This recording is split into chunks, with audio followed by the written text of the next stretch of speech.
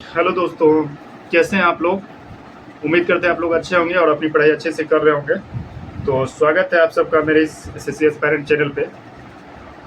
तो दोस्तों, आज हम लोग बात करने वाले हैं एनटीपीसी अंडर ग्रेजुएट का जो आंसर की आई है उसका क्या कटअप कुछ रहने वाला है, उस पर बात करेंगे आज हम लोग। ठीक है, तो देखो भाई, आप लोग अपना अपना स्कोर कैलकुलेट कर लिए होंगे और अभी मतलब कटअप वीडियो वगैरह देख रहे होंगे उधर उधर यूट्यूब पे कि मतलब क्या कटअप रहने वाला। तो देखो भाई, मैं ज़्यादा टाइम आप लोग से नहीं लूँगा और मैं फैक्ट पे बात करता हूँ कि अभी जो आपका क्या कहते हैं ये है मतलब रैंक है, आपने जो देखा होगा क्या बोलते हैं रैंक मित्रा या किसी भी वेबसाइट पे, तो आप अभी का जो रैंक देख रहे हैं ना, उसमें आपका रैंक जो है अगर अच्छा खासा दिखा रहा है, मैं ये मान के चल रहा हूँ कि अगर आपका अच्छा खासा दिखा रहा है, कहने का मतलब हुआ कि 80% अबव दिखा रहा है ना, तो आप मान के चलो, श्योर मान के चलो कि मतलब ये आप मेंस देने वाले हो, कटअप आपका क्लियर हो जाएगा। क्योंकि मैं इसलिए बोल रहा हूँ कि कुछ बच्चे होते हैं जो जल्दीबाजी में क्या करते हैं, रहते तो हैं किसी और जोन के, लेकिन उस जोन में अपना आंसर की डाल के देख लेते हैं। तो वो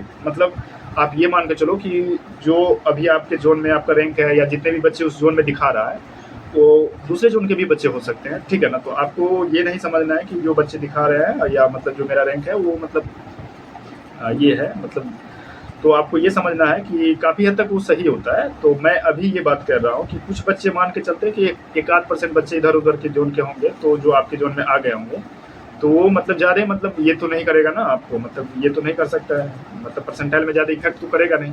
तो अभी मैं बता रहा हूँ कि कटअप देखने से पहले देखो भाई, बहुत सारी चीज़ें हैं कि कटअप डिसाइड करती है, ठीक है ना। लेकिन आपको अभी क्या करना है कि आपको देखना है कि जिस वेबसाइट पे आप अपना रैंक चेक किए हो, कैलकुलेट किए हो, उस पर आपको जाके देखना है कि आपका शिफ्ट में रैंक क्या बन रहा है, शिफ्ट में रैंक क्या बन रहा है, और आपका कैटेगरी में रैंक क्या बन रहा है, और ओवरऑल जोन में रैंक क्या है। ठीक है, यानी कि जिस जोन से आप फॉर्म फिल किए हो उस जोन में आपको ओवरऑल रैंक क्या है। सबसे बड़ी बात, कैटेगरी में आपको रैंक देखना है, ठीक है, और जोन में आपको अपना ओवरऑल रैंक देखना है।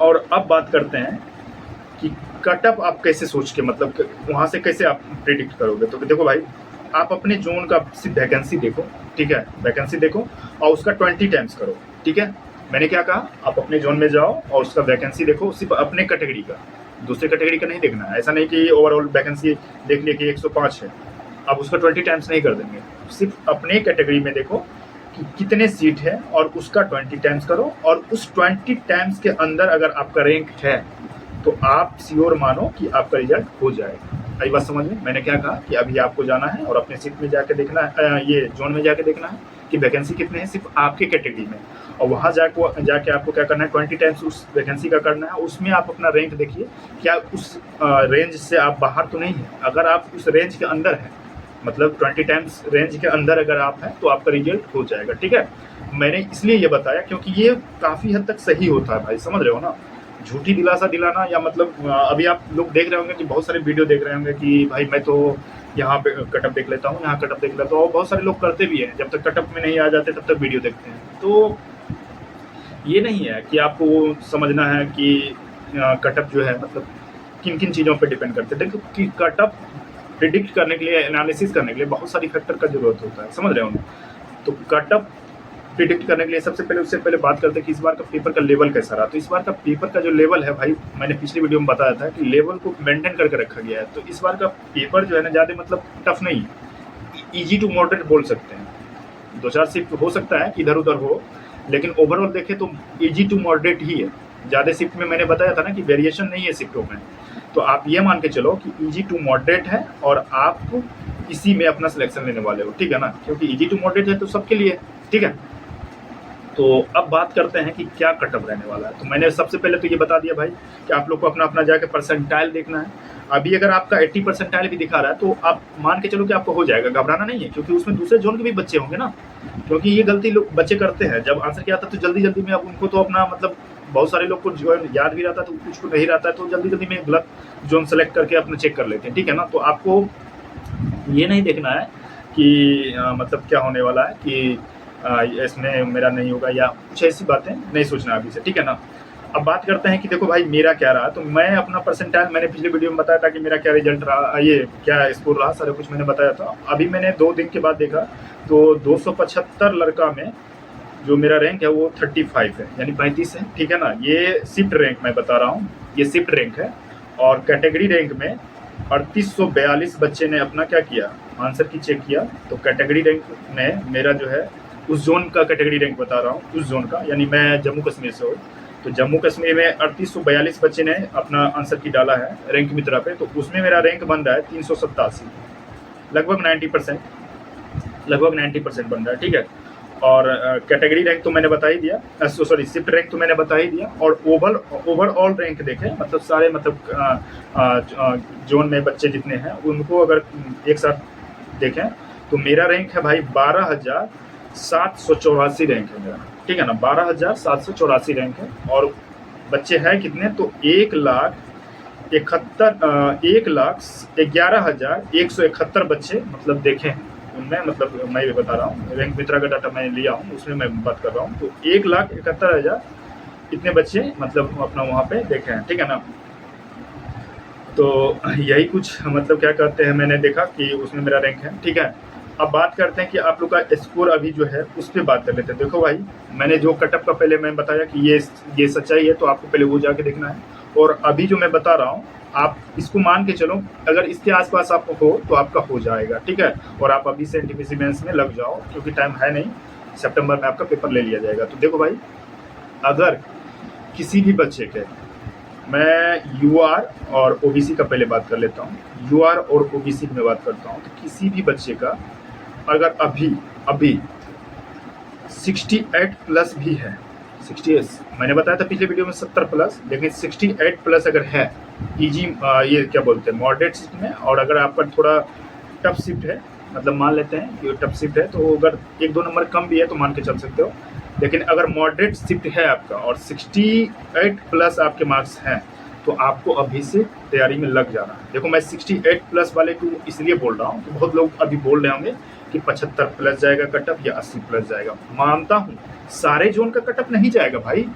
अगर मैं मान लिया कि 70 या 75 कटअप चला भी गया, ठीक है, ये 75 या 80 कटअप चला भी गया, तो आप ये देखो कि अगर 75 से 80 कटअप जा भी रहा है, तो क्या ये नॉर्मलाइजेशन के बाद है या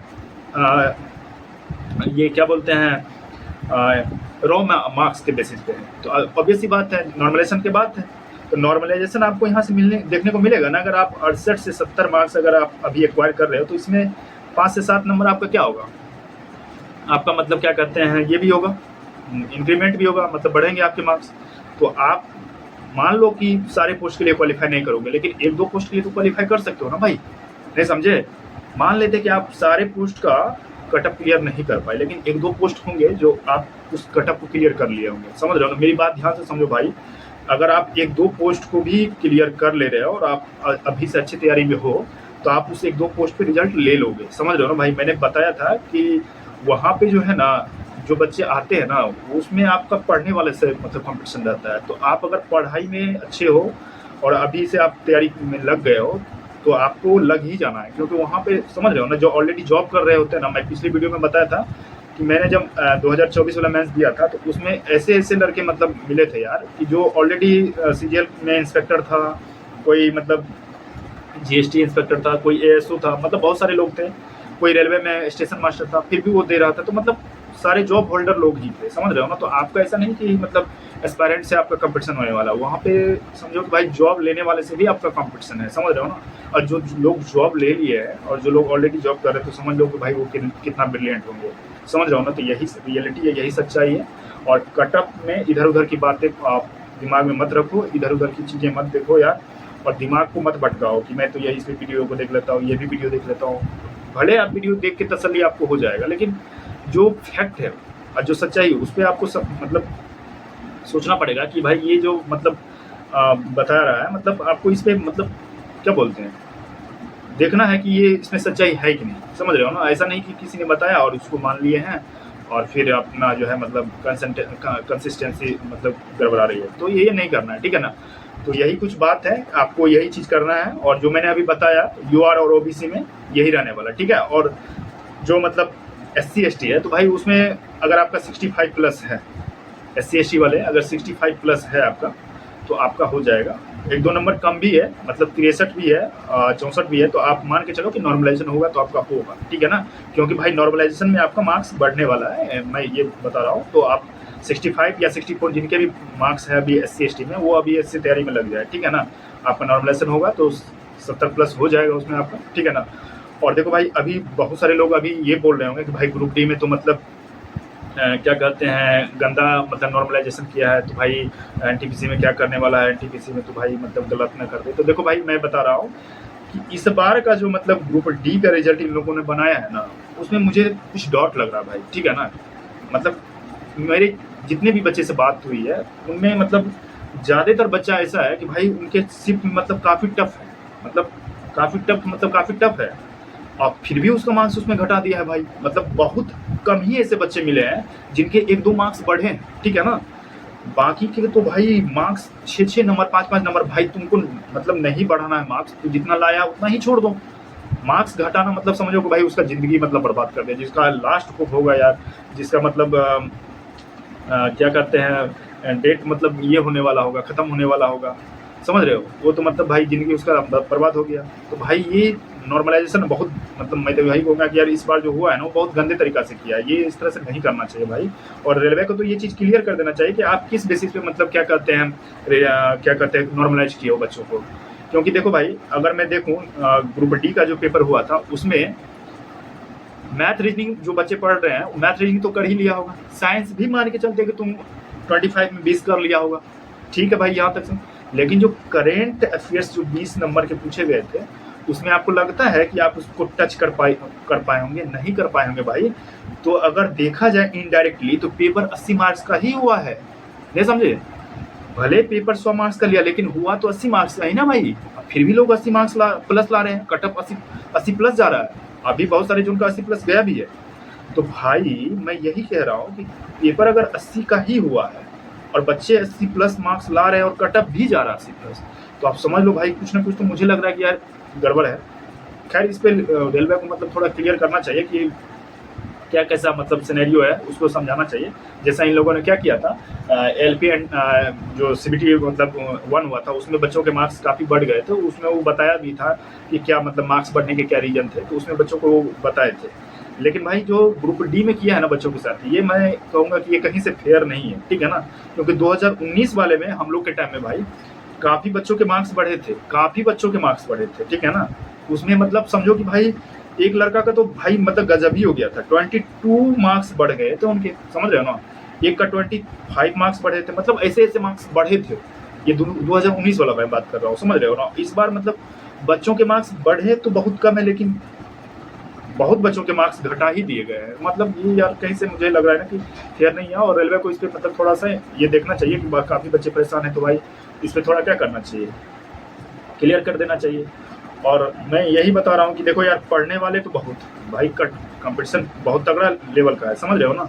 तो आपको तगड़े लेवल से तैयारी भी करना है, क्योंकि अब ग्रुप डी का रिजल्ट ही बता दिया होगा तो भाई देखो कंपटीशन क्या लेवल है। मतलब समझो कि इनडायरेक्टली तो 80 प्लस का ही मतलब 80 मार्क्स का ही पेपर है, अब फिर भी बच्चे 80 प्लस मार्क्स ला रहे हैं, तो मतलब कहीं ना कहीं वो करंट अफेयर्स पे ज़्यादा वर्क किया है, समझ रहे हो ना। करंट अफेयर्स आप लोग ये कह रहे हो कि भाई करंट अफेयर्स में नहीं बना, मेरा तुक्का सही नहीं हुआ, ठीक है मानते हैं, लेकिन जो जेन्युइन बच्चे हैं वो तो लाए हैं ना भाई, करंट अफेयर्स को पढ़े हैं, करंट अफेयर्स को क्लियर किया है ना, तभी तो उसका 80 प्लस मार्क्स हैं।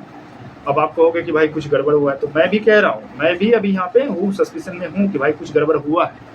लेकिन आपको ये भी मतलब मान के चलना है कि इसमें सारे बच्चे फेक ही नहीं होंगे, कुछ बच्चे के होंगे और या कुछ गड़बड़ी होगा। लेकिन बच्चे अगर जो रिजल्ट लिए हैं, उनमें मैक्सिमम बच्चे भाई अपनी मेहनत से वहाँ तक पहुँचा है, समझ रहे हो ना। तो आपको ये नहीं देखना है कि मतलब ये गलत ही है, ठीक है ना। लेकिन मैं तो यही कहूँगा कि रेलवे को इस पर देखना चाहिए कि भाई बच्चे परेशान हैं, तो मतलब उसको क्लियर करना चाहिए ये डाउट, समझ रहे हैं। तो यही कुछ है, कटअप का सिनेरियो जो मैं बताया हूँ यही रहने वाला है भाई। अभी से तैयारी में आप लग जाओ। जो 80 प्लस 85 प्लस बता रहा है भाई, वो पागल बना रहा है, ठीक है। इधर उधर की बातों में मत जाओ और लग जाओ तगड़े तरीके से भाई। मैं तो